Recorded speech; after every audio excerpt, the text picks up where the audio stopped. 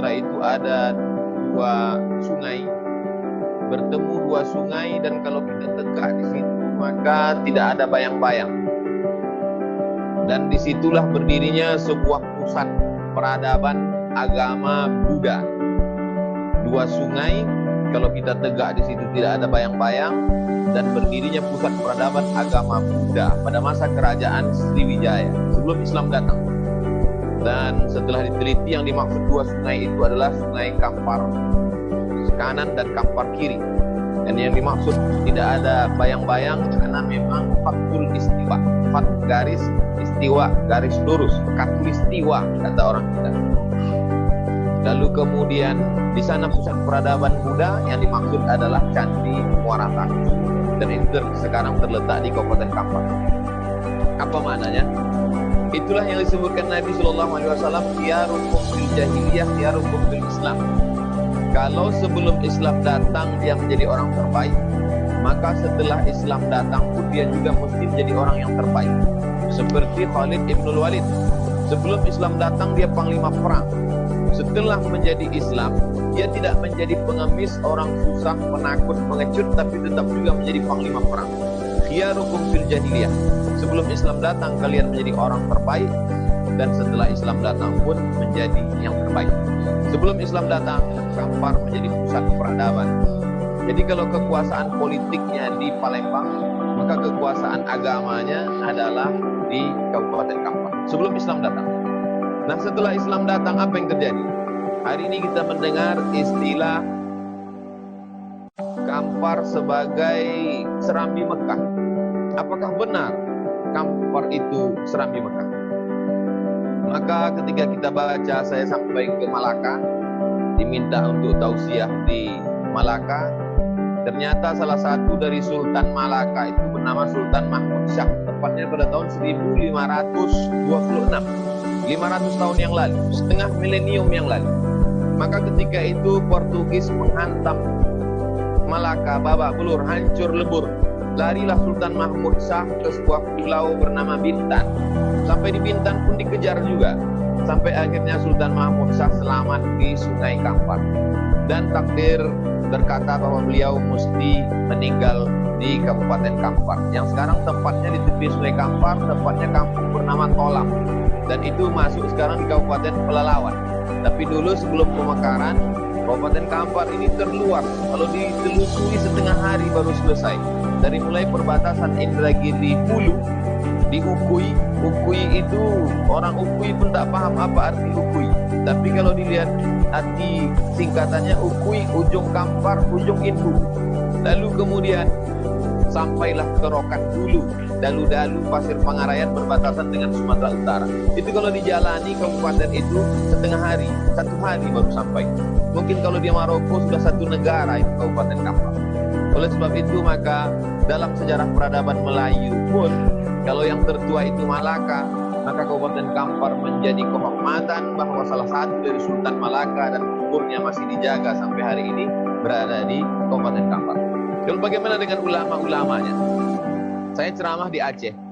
Salah satu di antara 4 wali Aceh yang diyakini sebagai wali Allah adalah Syekh Muhammad Wali, atau dikenal juga dengan Syekh Muda Wali. Syekh Muda Wali ini punya guru, namanya Syekh Abdul Ghani.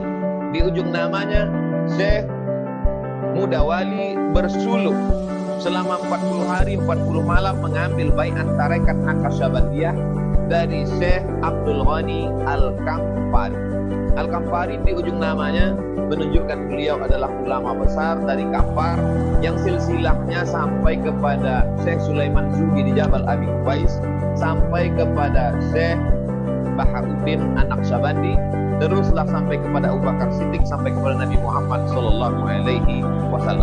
Dan hari ini masih berlanjut, diteruskan walaupun pindah dari Batu Besue dan sekarang sedang berada pindah ke tempat lain karena pemekaran, karena perluasan PLTA Kota Panjang. Artinya apa? Ulama Aceh pun pernah mengambil sanad keilmuan ulama Kabupaten Kampar. Ada acara ini.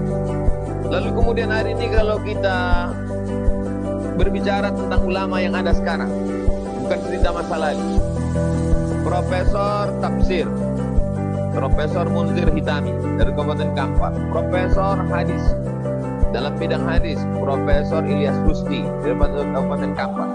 Ahli usul fikih dan ahli fikih, tidak hanya nasional tapi internasional, Dr. Mawardi Muhammad Saleh, 13 tahun di Madinah. Waktu dulu kami kuliah di Mesir, musim haji, berjumpa dengan beberapa mahasiswa Madinah. Lalu saya tanya, dari mana dek? Dari Madinah. Kerja atau mahasiswa? Saya mahasiswa di Universitas Islam Madinah, Pak. S1 apa S2? S1. Ada rencana S2, S3? Sulit, Pak. Apa syaratnya? Di antara syaratnya harus hafal Quran, harus hafal hadis, hebat bahasa Arab, dan syaratnya harus orang Riau. Lalu saya tanya, lu kenapa orang Riau? Karena beberapa yang lulus S2, S3 itu memang asalnya dari Riau. Dan bil khusus lagi, Riau secara besarnya, kecilnya adalah Kabupaten Kampar. Dan beberapa yang menyelesaikan sampai S3 itu dari Kabupaten Kampar. Di antaranya Dr. Dasman Yahya dalam bidang hadis, Dr. Mawardi Muhammad Saleh dalam bidang fikih. Ini bercerita tentang masa sebelum Islam, masa kerajaan Melayu, masa ulama nostalgia masa silam, sampai kepada masa hari ini. Dan Ketua Majelis Ulama Provinsi Riau hari ini Profesor Nazir juga berasal dari Kabupaten Kampar. Ketua Majelis Ulama Kota Pekanbaru Profesor Ilyas juga berasal dari Kabupaten Kampar. Oleh sebab itu menjadi orang Kampar adalah menjadi orang serambi Mekahnya 12 kabupaten kota di Riau. Makanya kalau ada orang Kabupaten Kampar tak pandai mengaji, orang Kabupaten Kampar tidak Islami, tidak religius, maka semestinya dia pindah sajalah ke kabupaten yang lain atau tak usahlah mengaku orang Kampar. Karena menjadi orang Kampar itu suatu kehormatan, kemuliaan, tapi menjadi orang Kampar juga ada beban psikologis, beban masa lalu, beban kejayaan. Halakamru'un lam ya'rif qadrahu. Orang yang celaka adalah orang yang tidak tahu siapa jati dirinya, bagaimana sejarah masa lalu nenek moyangnya, bagaimana kehebatan dia. Oleh sebab itu orang-orang Turki itu kalau berjalan dengan kepala mendongak, dengan bangga, kami adalah orang Turki yang membebaskan Konstantinopel. 500 tahun kami pernah menguasai dunia. Maka orang Kampar juga berjalan dengan mendongakkan kepala dan berkata, kami orang Kampar, sebelum Islam datang kami pernah punya peradaban. Dan ketika Islam datang pun menjadi pusatnya ilmu pengetahuan. Dan sampai hari ini. Ini cerita masa lalu. Bagaimana masa depan? Apakah anak muda Kabupaten Kampar selamat dari narkoba, selamat dari zina, selamat dari prostitusi, selamat dari perbuatan keji dan mungkar? Ini jawabannya ada pada masyarakat Kampar secara umum. Masyarakat Kampar adalah masyarakat eksplorer. Kemanapun pergi, saya ceramah ke Kepulauan Riau, di Batam. Dari Batam naik pesawat lagi 1 jam ke Pulau Anambas. Sudah 2-3 kali ke sana, dan yang menyambut saya, makan, mengurus, itu adalah orang Kabupaten Kampar. Artinya sampai ke Pulau Anambas di tengah pulau pun, itu adalah orang Kampar. Dan kami banyak bercerita di tepi laut bagaimana dulu tahun 60-an orang Kampar sudah sampai ke sana berniaga. Anak cucu mereka inilah yang sampai hari ini. Saya ingin mengatakan, dimanapun orang Kampar berada, saya ada jadwal setiap tahun bulan Februari ke Malaysia. Dan beberapa kali diundang makan ketika bercerita, apa hubungan kita? Jamaah, kami sering melihat ceramah Ustaz, tapi ada ikatan lain. Kami adalah generasi kedua, generasi ketiga dari masyarakat Kampar yang sampai ke Semenanjung Melayu. Jadi masyarakat Kampar yang ada di Jakarta, yang ada di Kepulauan Riau, yang ada di Malaysia, pulang ke kampung halaman. Saya pernah usulkan, kembalilah lagi buat kunjungan. Memang sebagiannya sudah pulang pada hari raya ke-6, memang sudah ada rutinitas, ada hari raya, ada hari berziarah kubur, ada silaturahim, tapi pulangnya bukan hanya sekedar pulang keluarga, tapi pulang membawa sesuatu. Kalau bisa satu komunitas, satu pondok tahfiz Al-Quran, satu komunitas menghidupkan yang sudah ada. Banyak orang masyarakat Kampar punya tanah luas, tapi tanah ini kalau hanya sekedar menjadi kebun sawit saja, tinggal sebagai kebun, meninggal dunia tak membawa apa-apa. Tapi kalau diwakafkan tanah ini oleh masyarakat yang menetap di Kampar, pembangunan kelas-kelasnya, lalu kemudian disupport oleh masyarakat Kampar yang ada di luar Kampar, yang sukses, yang berhasil, maka Kampar insya Allah di masa akan datang tetap terjaga, terpelihara. Bapak Bupati menjaga dengan kekuasaannya, lalu kemudian Bapak anggota Dewan dengan Perda, Pergub. Akan tetapi ini kalau tidak disupport oleh masyarakat yang ada di Kampar, masyarakat yang ada di luar Kampar, saya khawatir gelombang generasi milenial yang luar biasa godaannya, dari mulai internet, dari mulai sabu-sabu, dari mulai berselingkuhan dan lain sebagainya, tidak terkecuali, maka tidak ada yang kebal saat ini.